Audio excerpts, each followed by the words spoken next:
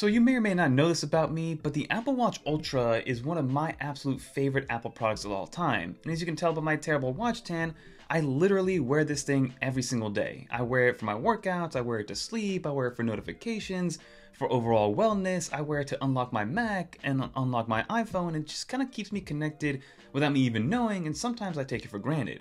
So when I found out that Apple was revamping the Ultra for the first time, giving us a new redesign, I was extremely excited, and they did give us a brand new Apple Watch Ultra 3, as well as a new Apple Watch Series 11, which I definitely want to talk about because even though there is some good and some redesign to an extent, there's some things that Apple, again, left omitted from the Apple Watches that I think people should definitely know about before they jump in and spend their hard-earned money on an $800 smartwatch. So, without further ado, let's talk all things Apple Watch Series 11, and Apple Watch Ultra 3. Let's get into it. But now, before we continue, if you enjoy videos like this where we keep you up to date on all things Apple, especially with all the new hardware that's being released, consider subscribing to the channel because we got a lot more coming down the pipeline.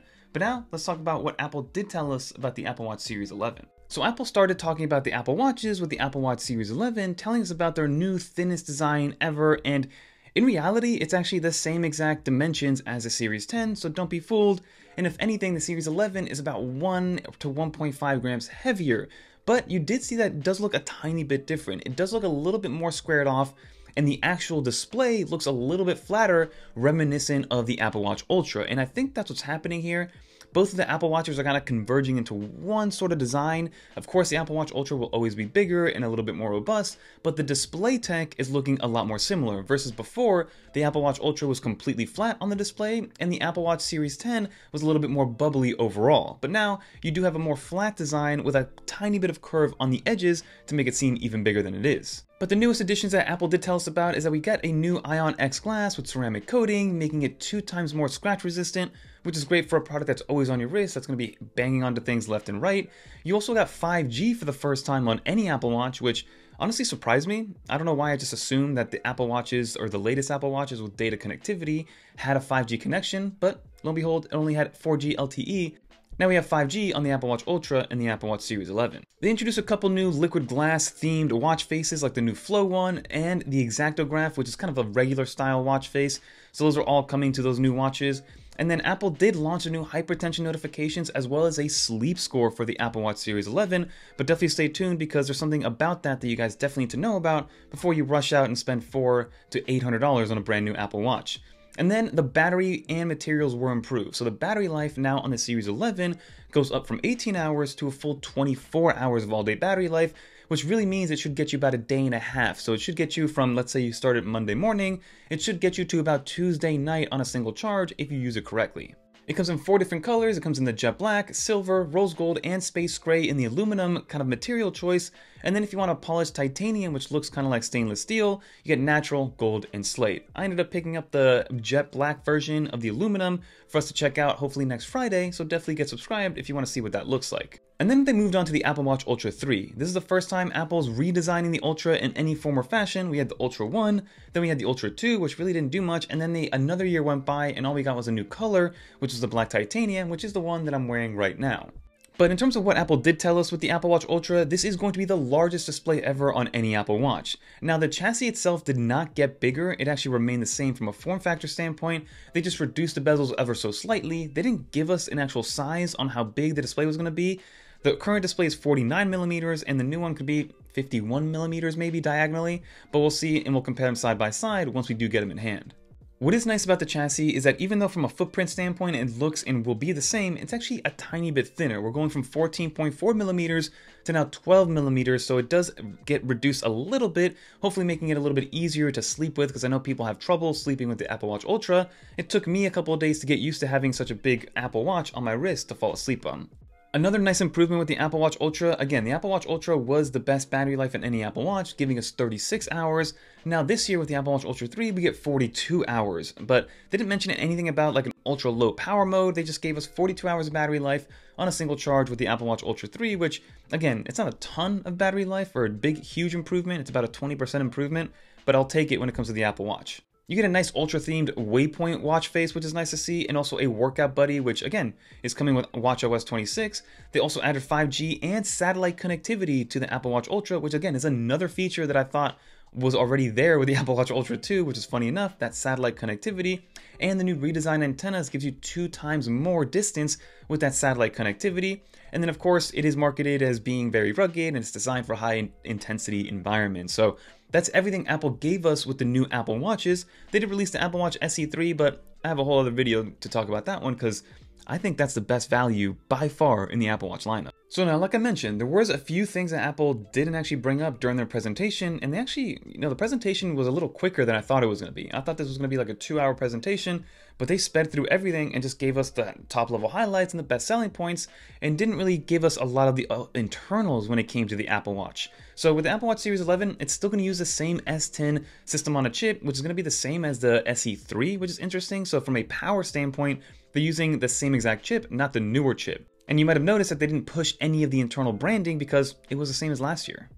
Another big thing to consider, especially if you're deciding between getting that stainless steel looking titanium or the regular aluminum, the display protection is actually a little bit different. So they mentioned that it is Ion X and it has the 2x stronger ceramic shield, but it actually looks like the titanium version is using sapphire crystal on the display, which wasn't really mentioned. I don't really know why they didn't add that as an additional selling point, but that is a difference, and it is a little bit more sturdy from a screen display tech on the more expensive version of the Series 11. The Series 11 also includes a water depth gauge as well as a water temperature sensor, which was not talked about on stage.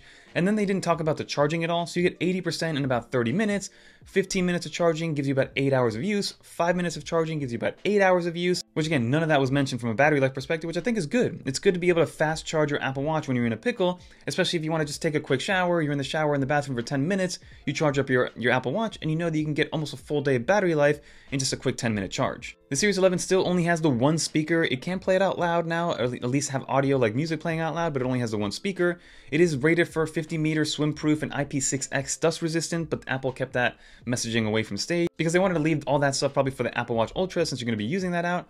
And then from connectivity, yes, we added 5G, which is great, but it's sticking to Wi-Fi 4, which is pretty much the Stone Age type of Wi-Fi, and Bluetooth 5.3. Obviously, they didn't mention that because Wi-Fi 4 is like 100 years old now at this point, but again, you're not really sitting there surfing the web on your Apple Watch at home, so to each their own, but it is kind of a lower level and cheaper version of Wi-Fi, as well as Bluetooth 5.3. And then the health overlap. When Apple transitioned away from talking about specifically the Apple Watches and started focusing on the health, they didn't mention what the compatibility was on these new health metrics, right? So for instance, that new hypertension alert is supported by older Apple Watches, and also the new sleep score is also supported by older Apple Watches. So you do not need to get a new Apple Watch for the hypertension alert because there's no new hardware or new sensors. They're using the current sensors that are in even the older Apple Watches, and then using whatever algorithmic technology that they want to use to kind of insinuate or kind of inference what your hypertension could look like. So again, there is no blood pressure monitor sensor in the Apple Watch. That's basically impossible. So they are able to bring it down and show compatibility on older devices. So if you thought that you needed to spend $400 on the new Series 11 to get the hypertension alert, you might be wrong, so check which Apple Watch you have. So the hypertension alert will be compatible with your Apple Watch Series 9, 10, and the 11, as well as the Apple Watch Ultra 2 and the Ultra 3. Unfortunately, if you have something a little bit older, like the Ultra 1, the hypertension alert will not be indicated or will not happen on that one, which I don't really understand why, but you do at least, if you have an Apple Watch Ultra 2, you can just update to watchOS 26, and you'll get those hypertension alerts. And then for the Apple Watch Ultra 3, it's a similar story, right? We're still using the S10 system on a chip, so there isn't anything crazy happening internally. They didn't mention the actual size or anything, they just mentioned that it was going to get a little bit bigger, but like I mentioned earlier, it is going to get a tiny bit thinner, which is going to be great when it is on your wrist, and then it does have your full suite of sensors, like I mentioned before, but you're still dealing with the same Wi-Fi 4, the Bluetooth 5.3, you're dealing with the same type of fast charging that I mentioned earlier with the Series 11, on the Ultra 3 as well, which is good to know. So overall, my surprise takeaways are these, and this is what you really need to know if you are looking to purchase a new one. So first off, find out which Apple Watch you currently have, because they all look so similar now that you might not know, but it looks like the health features aren't going to be exclusive to these new Apple Watches. If you have an Apple Watch Series 9, 10, or 11, like I mentioned, as well as the Apple Watch Ultra 2 and 3, you'll be getting all these new features. And then when it comes to the sleep score, it's even bigger compatibility. As long as you can get to watchOS 26, which I believe is down to the Series 6 Apple Watch, you will also be able to have the sleep score. So that's always great to know that if you have a 5-year-old Apple Watch, you will still be getting the latest software with watchOS 26. So in a nutshell, the Series 11 is relatively identical to last year's with a small change in the form factor, but it does get a battery increase, and then the Ultra 3, the form factor does change a tiny bit. You'd get a larger display, which is nice, and then also some battery improvements, and of course, 5G connectivity across the board, and satellite connectivity for the Ultra 3. But those are the things that Apple didn't mention, and now that we know what's what and what has what features are there, what software implementations there are, what software compatibility there is, now you can go out there and make an educated choice on which Apple Watch you want to get.